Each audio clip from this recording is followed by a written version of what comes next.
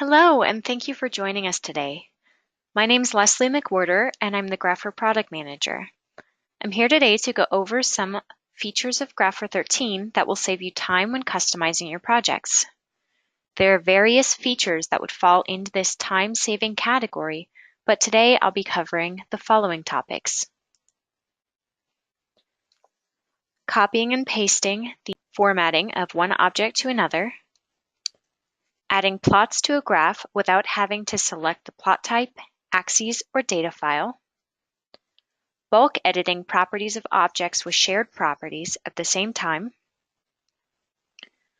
recording setting properties with the script recorder so the script can be used for future projects, and using templates to use the same formatting for multiple datasets. After I address each of these topics, I'll stop for a few minutes to answer any questions you might have. You can send a question to me via the question function. To chat a question to me, type your question into the question box in your GoToWebinar control panel and click Send. If you do not see this control panel, but instead just see a small grab tab, click the arrow to expand the control panel and then click View, Auto Hide the control panel to keep the control panel visible. This webinar will also be recorded, so after the webinar has finished, the video will be available on our support website at support.goldensoftware.com. Click on Training Videos and Webinars, then click on Grapher Training Videos and Webinar Recordings, and click on the Grapher Webinar Time-Saving Workflows for Customizing Projects article. So let's begin. If you've created an object and formatted it to your needs, then you add more objects of that same type, you can apply the same formatting to the new objects with just a few clicks. In this case, we'll go ahead and add a new y-axis at the right side of this plot, and then apply the formatting from the first y-axis to the second y-axis. So we'll select our plot, click Home, Add to Graph, Axis, Y-axis. We'll click OK to accept the default positioning, and you'll see that our new axis is added. You might notice that the limits for this axis are not the same as the limits for the original axis, and that's because the original y-axis is associated with the data for this plot, whereas the new y-axis is not. So we can manually change the limits by selecting that axis in the Object Manager, and then changing the maximum in the Limits section of the Axis page of the Property Manager. And so now you'll see that we have the same limits as the original y-axis.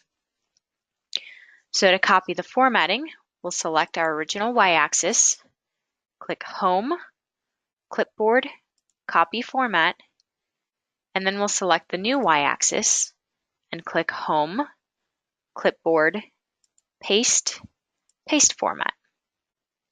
Now you'll see the formatting of the new y-axis is exactly the same as the formatting of the original y-axis, and that includes the side of the axis that the tick labels and tick marks are applied on.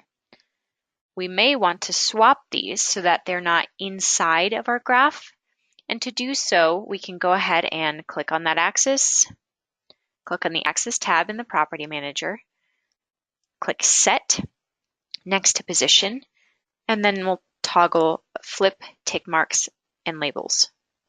And when we click OK, those tick marks and labels are swapped to the other side of that axis. This doesn't just work for axes, though. This can also work for plots and drawn objects. So for example, if we wanted to draw another ellipse to highlight a different region, maybe down here, we can click Home, Draw, Area, Ellipse. You can go ahead and draw an ellipse that's about the right size and press Escape on my keyboard. And then I'm going to select that ellipse and I'm just going to rotate it a little bit. So from the Layout tab, click Rotate, Free Rotate, and I'm just going to rotate it a little bit. So now it follows the direction of those points. So to copy the formatting of the first ellipse to the second, again, we'll select the first ellipse, click Home, Clipboard, Copy Format, and then select the second ellipse and paste that format. You may see that in this case, the hatch marks are above the points, and that's just because the second ellipse is above the graph and the first is below. So we can go ahead and click and drag it down below, and now it looks exactly the same as the first ellipse does. So are there any questions right now about copying and pasting formatting?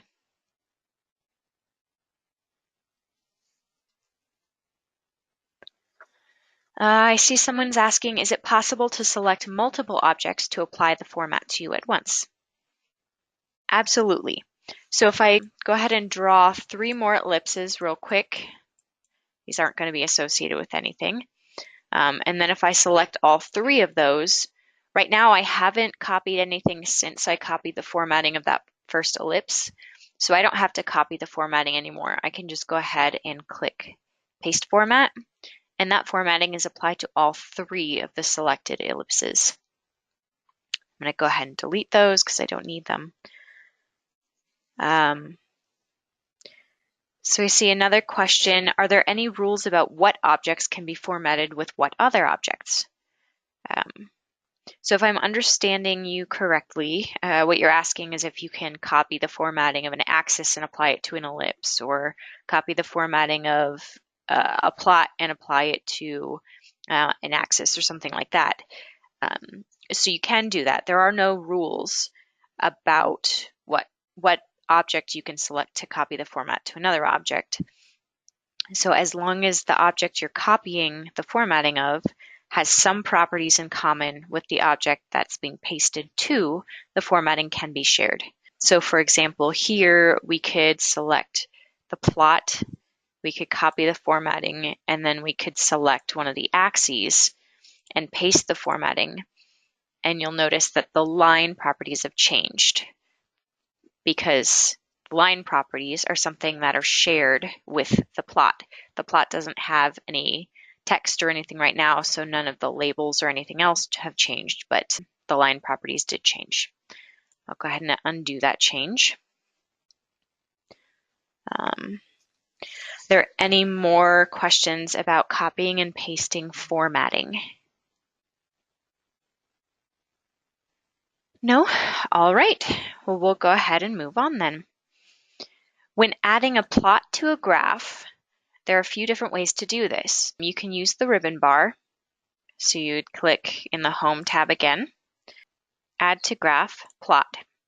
If you do this method, the first thing you have to do is select what plot type you're adding. So we could add another line plot, we could add bar charts or various other kinds of plots. Then we would click OK. Next, we have to choose which axes we want. So we only have one graph, but we could select which graph. And then if we had multiple axes on these graphs, we could select multiple axes, or we could create a new axis. If, say, we wanted a different range. I'll go ahead and leave these defaults and click OK. And then the third thing we have to do is select which data is being plotted. We don't have to use the data file that's currently being used. We can select a new data file. So right now, I'm going to go ahead and select the open worksheet and click open. And now the new plot is added. You can't see it because the default properties are this thin blue line. So the original is kind of masking it. But there it is. So it's using the same data file, the same columns as the original. And again, it's using the default properties. There is another way, though, a few other ways that you can add a new plot, and one of those is the property manager. So I'm going to delete this new plot and turn our original back on. So if you select that plot, from the property manager, you can click Create in the New Plot section. And what this allows you to do is bypass all of that manual formatting. So you don't have to select what plot type. It's going to use the plot you've already got, the plot type you've already got. You don't have to select the axes. It's going to use your existing axes. And you don't have to select the data file. It's going to use the existing data file. It's just going to increment one of the variables. So in this case, this is a vertical chart. So it's going to keep the x variable the same, and it's going to use the next numeric column for the y variable. So if we click that Create button, you'll see that the formatting of the line is the same. The color is different. It increments the color so that if you're adding a whole bunch of these, you can tell the difference between them. But you'll see if we select the original plot, it's using columns A and B for the x and y, and the new plot's using columns A and C because C is also a numeric column. And if you look at things like the symbol page, the symbol frequency of 2, that's a unique thing, and the size of 0.15, those are exactly the same between the two plots. So this is very powerful if you had adjacent columns. So say you have one X column and then you have a Y1, Y2, Y3, Y4, etc. You could just click that button and it automatically adds those plots and increments those colors and increments those columns. And so it saves a lot of time to do so. The other option for adding multiple plots at once is to do so from the worksheet. So I'm going to go ahead and click File, Open. I'm going to select a data file and click Open, and this opens that file in the worksheet. So what I can do is select multiple columns, and in this selection, the first column is going to be recognized as the X variable, and then the subsequent columns will be recognized as Y's. So this will be X, Y1, Y2, Y3, Y4. And depending on the type of plot we choose, we're just going to choose a line plot, but that's how it'll recognize those columns. So then we'll click Home, New Graph, Basic, Line Plot. And you'll see the lines are a little thin, but you'll see there are 4 lines that are different colors. So 4 line plots in a single graph. And from the plot page, you can see that it's incrementing that Y column. So the first one uses Y is B, then Y is C, D, and E, and it keeps that same X variable. So are there any questions right now about adding plots to a graph, either from the property manager or creating multi-plot graphs from the worksheet?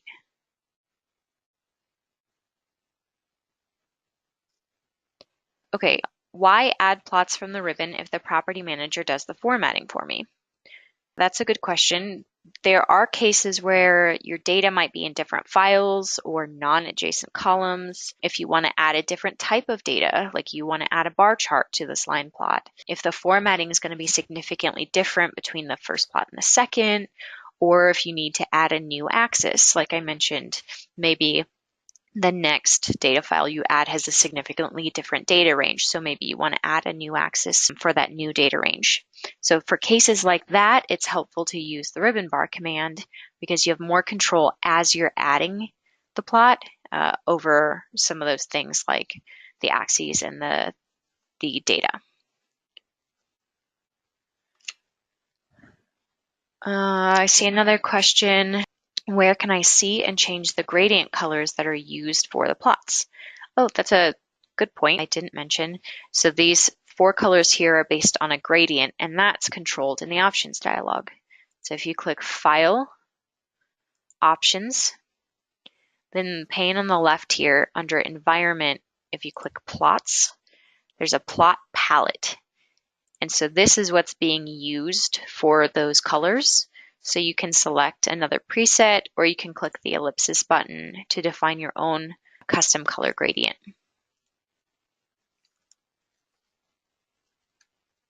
Are there any other questions?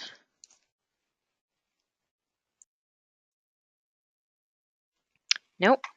All right then. I'm going to click back to our Plot 1 tab. So now we'll cover bulk editing properties. Properties of the same object type can be bulk edited by selecting them all and then changing the desired properties.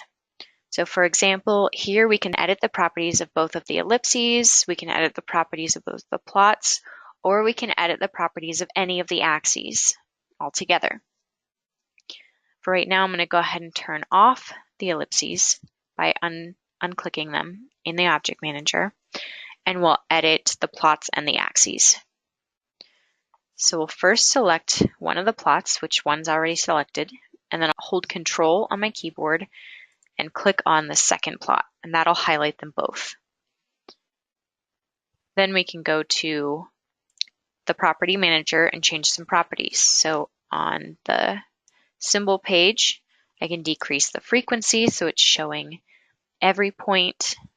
I can decrease the size so the points are smaller, and I could edit the line and fill properties as well. For the axes, it's going to be the same. I can go ahead and select both y-axes. Then on the axis page, I can update the maximum to 90. So that way, both of these are showing the same data range that includes both of the plots. And we can go ahead and go to the ticks page, change the spacing to 10 so we see that maximum label. And maybe we don't need 4 divisions, maybe just 2. So then I'm going to go ahead and real quick turn on the minor grid lines. But I'll go ahead and change the line color, the opacity, and I'm going to define a custom style. So all of these things are applied to both axes.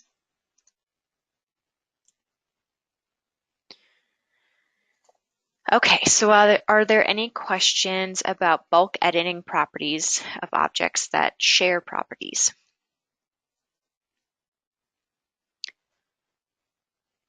I see a question, can we change the color of an axis and a plot together since color is a shared property?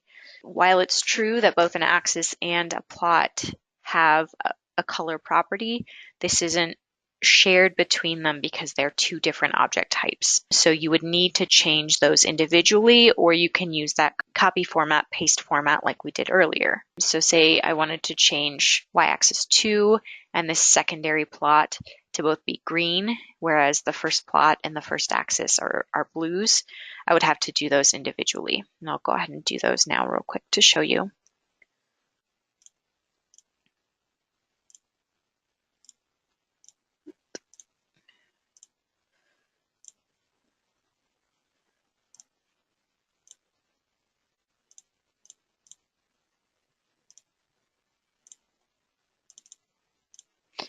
Okay. So I see another question now that's asking if we can change the properties of text without the text itself changing. Yes, I'm really glad you asked about that. This is something that was added to the latest Grapher 13 update that came out last week. So if we go ahead and draw 2 text objects, let's call this one text 1, and then make another one here that's going to be text object 2. Press escape. If I select both of those text objects, which clicking and dragging is another way to select multiple objects, I can go ahead and increase the size, I can change the color, I can make them bold or underlined, and you'll notice that they still say text 1 and text object 2. Changing the shared properties does not change the text itself.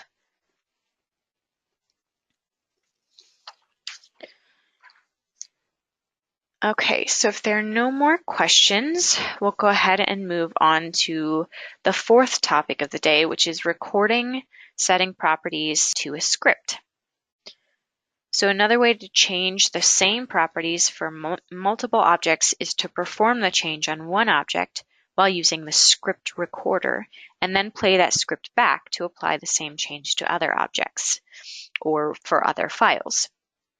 I'm going to go ahead and delete these text objects real quick. Okay, so the first thing we're going to do is display the script manager so we can see what's being recorded as it's being recorded. So we'll click View up in the ribbon bar, and then in the Display section, we'll check the box next to Script Manager. Because we've got plenty of room here, I'm going to move our plot over and expand our Script Manager so it's nice and wide. We could see what we're recording.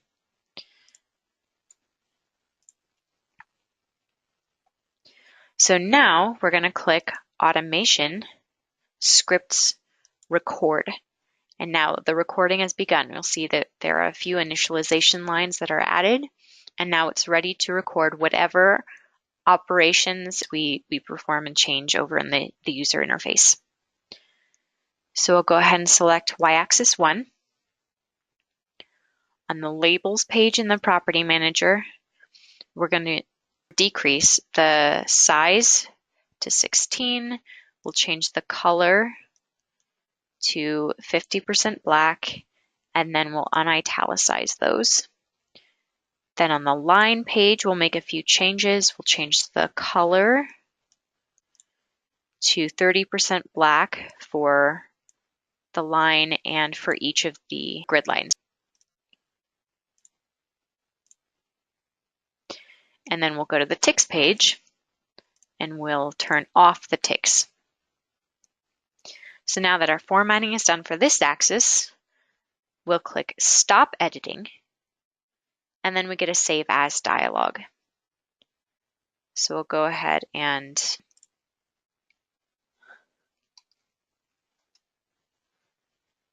save this as webinar to our desktop. And this will save as a BAS file. And now we've got a script to work from. So we'll need to make a few changes before we actually run this script. The first, up at the top here on line 12, is set plot1 equals grapher.documents.add grf plot doc.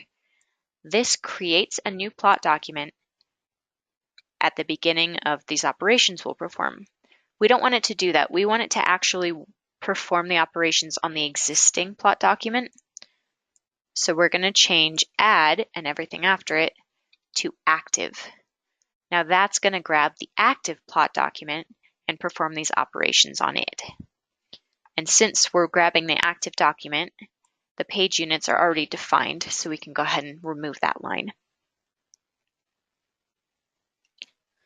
So finally, we'll want to change the item number on line 18.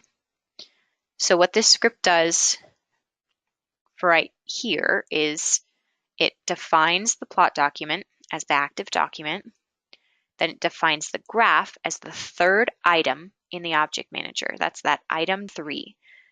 These items are numbered from the bottom up. So ellipse 1 is object 1, ellipse 2 is object 2, or item 2, and graph 1 is item 3. Then within that graph, we have axes and plots. And so the next line is setting y-axis 1 equal to the second axis in that graph. So again, from the bottom up, the first axis is x-axis 1, the second is y-axis 1, and then the third is y-axis 6. So item 2 is y-axis 1.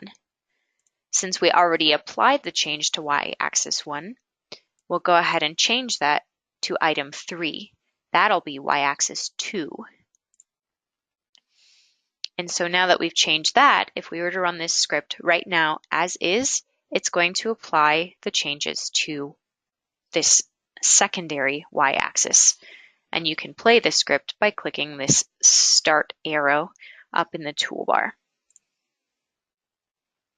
You'll see now the second y-axis looks exactly like the first does. So I'm going to undo those changes, and I'll tell you why in just a moment. So one of the most powerful cases for using a script is if you have multiple objects to change. So I'm going to go ahead and select this first y-axis, and I'm going to change some of the properties just so that we can see a change happen. I'm going to change the colors to blue. So now none of these three axes has that formatting that we defined. So what we can do is write a loop into our script that loops through each of these axes, so that way we don't manually have to keep changing that item number, because that can be quite tedious depending on the number of items that you need to change. So where we're going to put this loop is around selecting the axis and making all the changes. So all of the things I've highlighted, I'm going to go ahead and press Tab on my keyboard to indent those.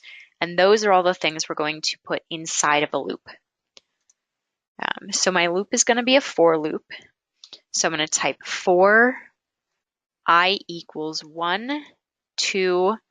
I could type 3 because I know that we have 3 axes, but I want to make this a little more robust. I want to make it so that it'll work with 3 axes or with 50 axes. So instead of a hard number there, I'm going to type graph1 dot axes dot count. So that is the number of axes in that graph1 object. So then we can go ahead and replace this 3 with I. These I is that variable we're looping over. And then we'll want to end our loop at the very end of these indented lines by typing in next. We don't have to have this I portion, but I like to have that because if we're nesting multiple loops, that'll help me keep track of this is the end of this for loop, where I is my variable. So now, if you'd like, we can go ahead and change y-axis 1, because technically this isn't just y-axis 1 anymore, and it's not even just a y-axis. This is looping through all the axes. So we could go ahead and right-click and then go to Edit, Replace, and we could type in y-axis 1 and replace it with axis and do a replace all. We'll want to make sure this first one has changed and then everything looks good. So I'm going to click Save just to make sure I don't lose these changes. And now if I run this script, it's going to go through all of the axes, and you'll see they're now all formatted exactly the same. So it's as easy as that to go ahead and record and modify a script to work on multiple files or multiple objects within a file. So are there any questions about using the script recorder to record and play making changes? So someone's asking if there is a limit to what this will work with. I'm assuming that you're talking about how many plots or axes. The answer is no. That's one of the beauties of this, is it's very scalable. So this same script will work on this graph with 2 plots and 3 axes, and it'll also work on a graph with 50 plots and 500 axes, or a project with 50 graphs, each with 20 axes and 2 plots. It's really a versatile method of applying these changes. So someone's asking if it'll work with any project and if they have to have the file open already.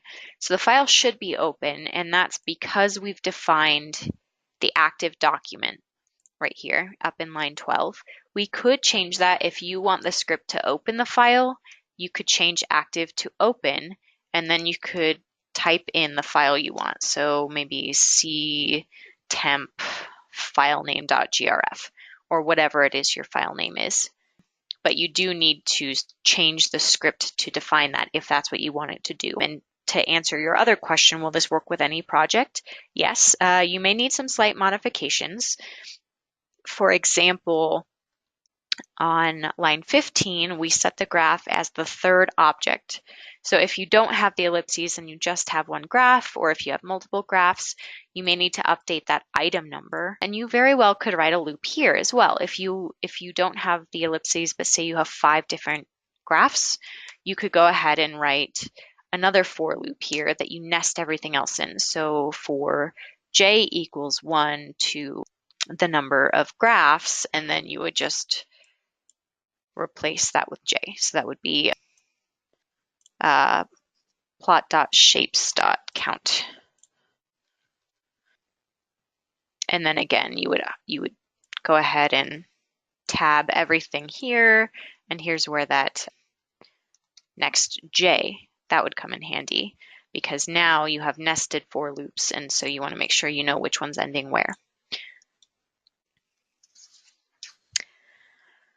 Okay, if there are no other questions about loops, I'm going to go, or scripts in general, I'm going to go ahead and collapse the script manager by clicking this little pin, and that'll dock it over here on the side of my window. And we'll go ahead and move on to our last topic, which is using templates. So before we save a template, we want to make sure that our axes limits are all auto, so that way they will adjust with the new data limits. So if you click on one of the axes, like the y-axis here, and go to the axis tab in the property manager, you'll see that we have a custom maximum. We defined that earlier. So we'll want to set that to auto, and then we'll want to do the same for the other axes. Now you'll notice when we set auto as the maximum for the second y-axis, the limits change. And that's because, once again, these aren't linked to a plot, but we can link them to each other. So we can go to the link axis tab, change the link axis to y-axis 1, and then we can go ahead and check the box to link limits. So now if I change the limits of this first y-axis, the limits of the second y-axis update accordingly. Okay, so now that we have the graph exactly like we want it, and we've got our axes limits set to auto, we can save the template by clicking File, Save As. We'll give our file a name, and we'll make sure that the type is plot template, and click Save. Now I'll go ahead and close that, and you can click the Open icon or File Open to open that template. And when I do so, you get your empty axes with no data, and you'll have to specify the data file in the Open Worksheet Link to Text dialog. So I'm going to go ahead and select my template data, and before I click Open, I'm going to check this box at the bottom that says Use this worksheet for remaining items. If you've got multiple data files in the template, you will not want to click this box, but since I'm using the same file for everything in this template, I can go ahead and check that box before I click Open, so I don't have to keep defining it over and over again. And so now you see that the new data is loaded in. It's got different limits than the original because we set those automatic limits, and the formatting is the same as what we had before. And you can change the limits now that you've loaded it. So I can go ahead and make this minimum $19.99 if I wish. And then we'll just go ahead and click File, Save As, and save as either a GRF or a GPJ in order to save this graph with this data. So I'll go ahead and call that template populated with data. So now I can go ahead and open this GPJ file, and it'll have everything together. Alternatively, if you don't have multiple data sets, but you've got a single file that'll be updated frequently, you can save as a GRF file. Whereas the template saves the project with absolutely no data, the GRF saves a link to an external data source. So if you have a data file that is constantly updated, this is the GRF is a good file format to use so that your plots are updated with that new data. So are there any questions about using templates or about any of the topics we've covered today? Okay, so I see a question. Do you have to use automatic axis limits? No, you don't. You can very well set custom limits. So if I wanted my y-axis to be from 0 to 100 no matter what, we could set those custom limits and they would save to the template. So I would have 0 to 100 in this file and the next file and the next, no matter what data I load in. I just wanted to make sure that these would change to be appropriate for the data file I chose if I choose data with a different set of data limits.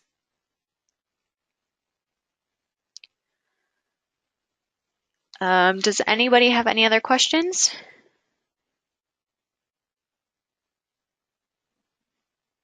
Nope. All right. Well, then that concludes the presentation portion of this webinar. If you have any additional questions, I'll stick around for a few minutes, but you're also welcome to email graphersupport@goldensoftware.com. Thank you so much for your time, and I hope you enjoy the rest of your day.